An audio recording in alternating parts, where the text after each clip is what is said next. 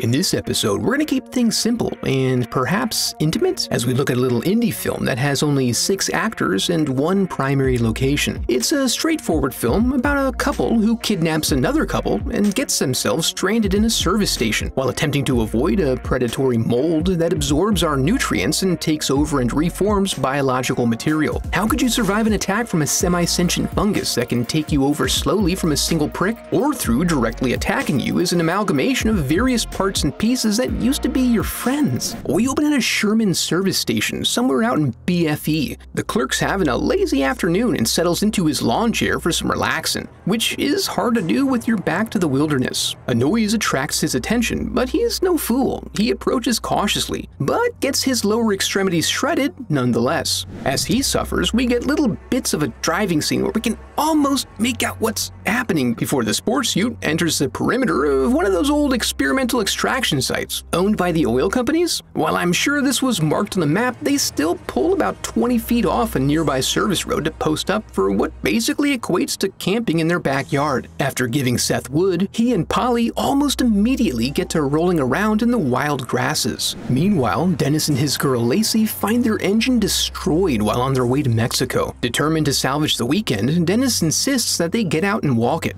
At the campsite, the tent almost makes Seth give in and head to the nearest motel, but it is their anniversary, and Polly desires to make love in the moonlight. So they soldier on, but end up destroying their only tent, which now severely limits their options. Not a man to travel heavy, Dee chucks their belongings into the woods so they can move swiftly. Lacey's upset with this turn of events, but Dee wins her over with some classic little pet names. And always the gentleman, he even makes sure she's nice and warm, even though his shirt is fully saturated. On their way back to civilization, Seth hits his lady with some anniversary fun facts about nature. That's a 300-year-old tree at least. But do you know if they're known for harboring an ancient evil? As they head down the old dusty trail and make jokes about the gnarly and sticky motel room that is likely in store for them, they run past Lacey and decide to stop. Unfortunately, she was honeypotting the young couple, and as a result of their indecision, Dee is able to sneak up on them and take control of the vehicle. While they initially needed a ride, Dee also reveals the amended plan is to hold them until the banks open in the morning, so they can get some spending cash before heading to their destination. As they settle into the situation, Lacey is stricken by a bout of unseasonable shivers. As Dee tosses the phones and searches their wallets, we find out that Seth is a PhD student. When Lacey perks up and inquires if he has yet been entrusted with writing scripts, her affliction comes into focus. Unfortunately for, well, everybody really, Seth is just a biologist. They travel into the night but have to stop after hitting something in the road. Then they file out to change the flat while the truck takes a relaxing piss all over the asphalt. Lacey thought the animal looked like her dead pet Ginger. Despite the low likelihood of this scenario, she goes back to check it out. Distraught, she attempts to compel Seth to use his biology PhD to help her, despite the fact that Ginger is now just a wet spot on the road. Back at the truck, Dee gets a wicked splinter in his finger, but he's a hard man, so he just pulls it out and keeps rolling. With limited options available to him, Seth resorts to wishing Ginger alive, and sure enough, her remains become agitated. When they get snapped at, Lacey fires on the cat flap and runs. In the confusion, they all pile into the car and drive at Lacey's insistence. When they reach a safe distance, she explains what happened, but Dee reassures her that Ginger is dead and suggests that this may be a byproduct of her coming down off the Red Dragon, if you know what I'm saying. As he continues to reassure her, the engine temperature rises, risking a warped head. So they pull off at a nearby service station that's familiar to us. Lacey heads to the bathroom and Dee has Seth fuel up, after reminding him who the big man is. Then he and Polly go inside to get some coolant. They find it to be strangely quiet as everyone goes about their business. Dee attempts to check out but can't raise the clerk, but Lacey finds him in the bathroom, begging for death. She runs up front to warn everyone of the danger, and luckily, there's a man with spikes.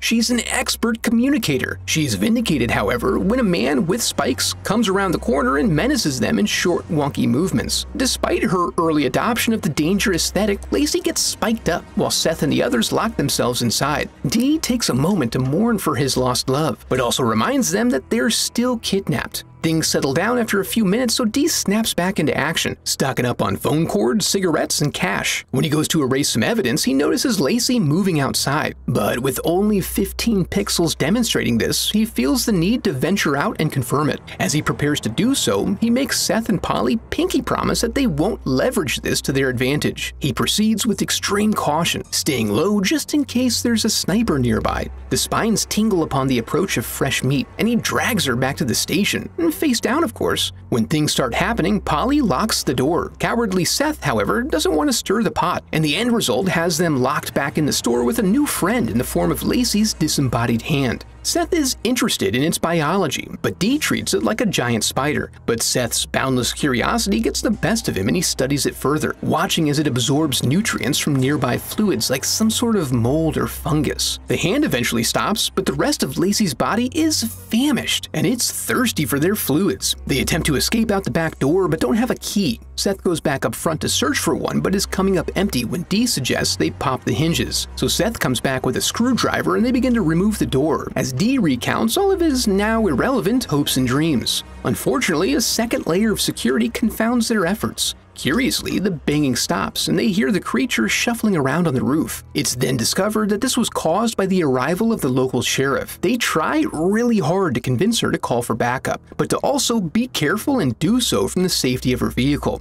Despite her reluctance, they do eventually reach a compromise. I'm calling it in. Yeah.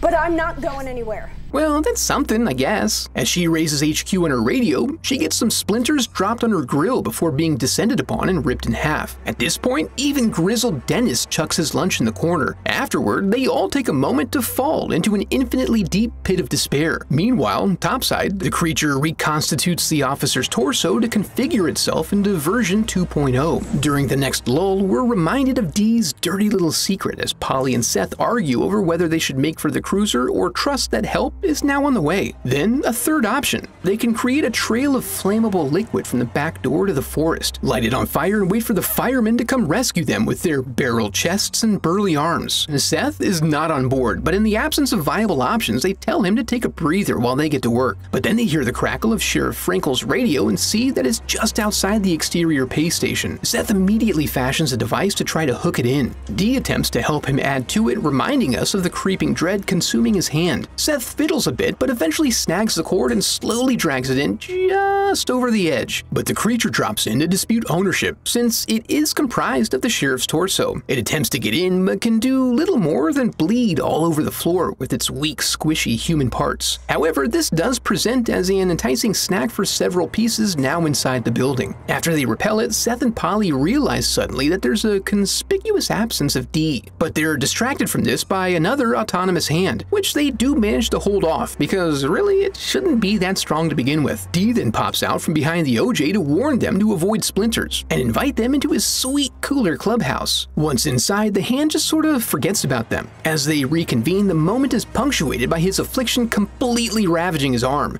Now he decides it's an appropriate time to try to stop the spread. He calls for a knife, but then passes out. But it's all good because Seth finally steps up to do him a solid. It's okay, we're cutting your arm off. Fair play. But with only a box cutter, surely the bone will pose a— oh, well, okay then. When he wakes up, he's forced to give Seth his props for lopping off his traitorous appendage. Now, feeling high after the adrenal dump, he opens up a bit to share some of his motivations. He wasn't actually going to Mexico. He was trying to get back to his nest egg to gift it to the widow of the man he killed in a robbery that went sideways. Saddled with medical bills, she eventually went bankrupt, and he had been trying to help support her while he did his stretch in the penitentiary. The introspective mood leads Seth to a hypothesis that temperature may be a factor in this situation. He needs to check something first, though, so they all creep out of the safety of the cooler to corner themselves behind the counter. Upon review of the security tape, Seth posits that this simple organism just wanders around, following the warmest object nearby, hoping that it's food. It didn't come for him at first because he was protected by the heat of the engine. If they can stay below the ambient temperature, they would be invisible to the creature. But since the hypothesis means nothing without proper experimentation to back it up, he goes into a zen-like state and attempts to induce hypothermia. Since the outside temp is 92 degrees, he waits until he drops sufficiently below that to give him some time to get to the car. The others toss some hot-ass fireworks out the back door for a distraction, and once the creature shows up, Seth staggers out the front, hoping he can get there without warming up too much. But your boy is struggling. Bad news when they set off a fresh one, and the Splinter monster seems disinterested, because when Seth gets to the car, there are no keys, the radio is off, and he can't help but to be hot, attracting the monster's attention. Dee tries to regain control by throwing a firework into the front lot, but the creature is not attracted to the hottest thing around anymore, and it bursts into the store with them. Despite it being a fair 2v2, they duck back into the cooler. Seth tries to unlock a shotgun, nearly blowing his face off, and then we're reminded that there was a puddle of lighter fluid out back. As the building goes up in flames, Seth tries to distract it, and they recognize that they have to get it into the fire. Seeking redemption, Dennis gets up close and personal, firing some shots and taking some splinters before blasting the diesel into a cleansing fireball. Seth and Polly then return to check on him.